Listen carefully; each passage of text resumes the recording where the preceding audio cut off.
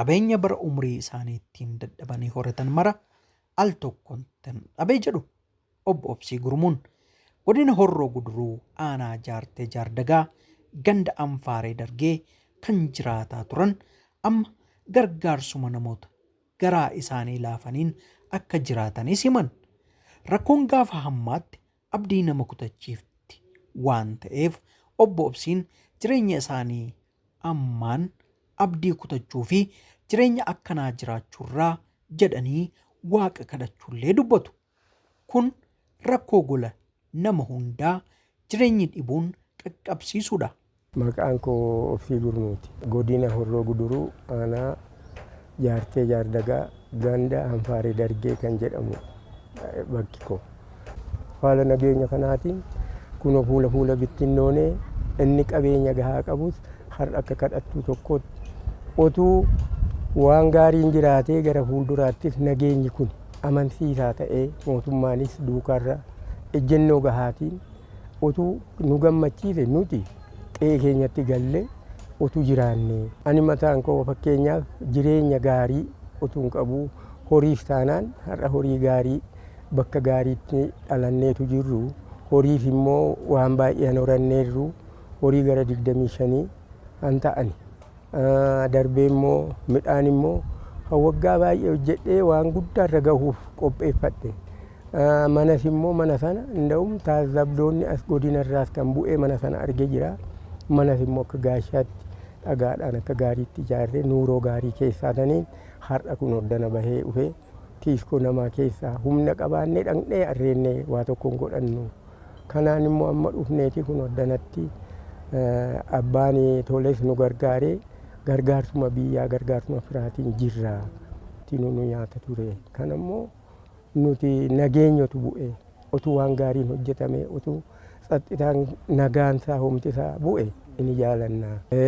Amma karaa sana ankoo ijoolleen duraan omaan jedhanii bahaniiru.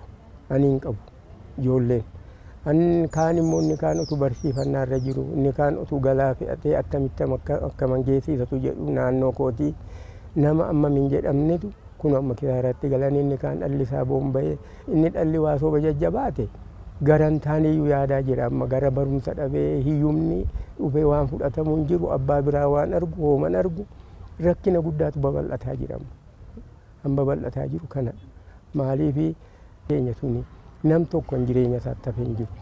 Osoomne waan odeessinu hin qabne nama akkamiitu immoo kana hundaa ta'e inni kaan midhaan akkamii otuu gashuu jireenya akkamii mana isaatti dhiisee lubbuu isaa baafate malee qabeenya tokko namni baafate hin jiru. Kanammoo mootummaanis faalatti barbaadamu yoo argame haala kana nuti achumadha hiyyanna malee an biraa waan goonus hin qabnu waan jennus hin qabnu. Mana namaa akka kushiinaan caalle keessadha. Mana gaariis ni birata gaarii keessaa baanee isa keessa teenyeeti amma akka qansiraa hojjetame isa kaan immoo ijoollee warri ijoolleen isaa waa akkas ijoolleen keenya waan ni godhataniidhaan xinnoo tokko amma tokko kireeyii manaa sana nu gargaaranii isaanis immoo amma immoo deebanii mataa isaanii dadhabaa jiru mana ijaaranii qabanii ufiis immoo nuuroon hojjetaan kun amma hunda keessan irra jira ammatiin amma maatii gargaartu amma akka gargaartanii maatii hulla gizee takkaa gargaaru malee hulla gizee nun gargaaranii fi dadhabaa jiru. Kanaaf immoo rakkannee gara fuuldura keenya abdii maal qabna kan jennu mooraalii du'aatii of eeggataa jirra. Yaa Waaqayyo yookaan yeroodhaan nu gashii baay'ee siqaayii kana caalaa nuti ofiin kan jennudha of eegganna malee hanbiraa jireenya kana qabna jajjabina qabna kan jennu qabna. Isa ammaa kana rakkoo baay'ee keessa jirra. Yookaas nyaanneeti yookaas bulleeti yookaas immoo Waaqayyo duwwaadhaan nama beeku. Kana wayyaa immoo moofaa ijoolleen gadi nuu erganii uffannee dhuma adeemu. Inni jibbu hankeessa jibbu immoo jiraachuu danda'a. Kana immoo eenyutu fala kanaa laata karaa mootummaa malee karaa keenya waan goonuu qabna. Waan hin taane tokkottidha ilaalamna nama tokko tokkotti namni inni ulfina namaa beekullee inni jira. Tokko tokko immoo nama waa tokko godhattee hin beekne nama adeemtu tokko yooma fakkaatutu nutti dhaga'ama sammuu keenyatti. Kanarratu gaafa sanaa miidhaa dhumti nurra gahee hafnee irra ta'e jenna takka takka gaafas lubbuu keenyaaf torbee meeqa laga keessa ciibnee baane. Amma immoo kanatu jira. Miidhame immoo kun hannu biratti sareen nyaateen akka kulee miijanaa kulee kitilaafaa hannu biraatti hafanii sareen achitti isaan nyaate eenyu waala. namoota meeqadhaan akka Nugusaa Urgeessaa fa'aa kun ollaa keenya wajjin warra biyya tokko keessa jirru sareetu nyaate malee isaanii nu bira dadhabanii hafanii kana kanatti jiru. Itti jiraataa turre alamii guddaadha, bareedaadha. Yoo qonnes lafti keenya ni laata, yoo hojjennes karaa hundumaa lafti keenya miidhagaadha, qilleensi keenyas miidhagaadha, qabeenyi keenyas miidhagaadha. Qabeenyi amma nu harkaa bahe kun han amma min jedhamne karaa hundaa yoo qonni lafarraa galii gahaatu gala, yoo horsiifne hoolaa gaarii dhalataa, sa'a gaarii dhalataa. Waan guddaa keessatu jirru qabatuma nageenyi kun booraheen baay'een keenya gurguddaan isaas inni baay'ee udiddirii baay'ee jireenya gahaa gara fuuldura isaaf waan guddaa yaadee morkii maalirra jira akka waan guddaarra gahutti otu jiru qilleensi keenyas lafti keenyas namni keenyas hormaanni horii keenyas kan gammachiisudha malee hin qayyamsiisu miti. Kana illee ammadha duraan quban qabnu hanuma barii lafaa abiddi bobahee karaa hundaa ka'edha. Nuti gasuma kanaatiin gara horii ilaalchaa miti. Gara nafsee keenya torbee tokko laga keessa midhaan malee ciifneeti baane as baane amma humna hin qabnu warreen jalaan baanu karaa hundaa irratti karaa baanu midhaan ni guuran warrumti nu gube. Horii sin fudhatan mana ni guban jireenya keenya midhaan ni guuran.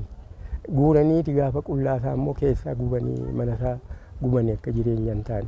Midhaan immoo garuu otuu somni sar'aa kana jechuun waaqti hin jaallatu.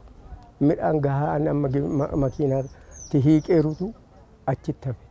Kun immoo akkas otuu hin ta'in otuu taasisabdoota nama tokko lamatu naannoo keenya muluutti namni jiraateeti walgahii tokko irratti dhugaama sobadhaa jedhameeti qulqullaa'ee nama gammachiisa. Baqannee baane.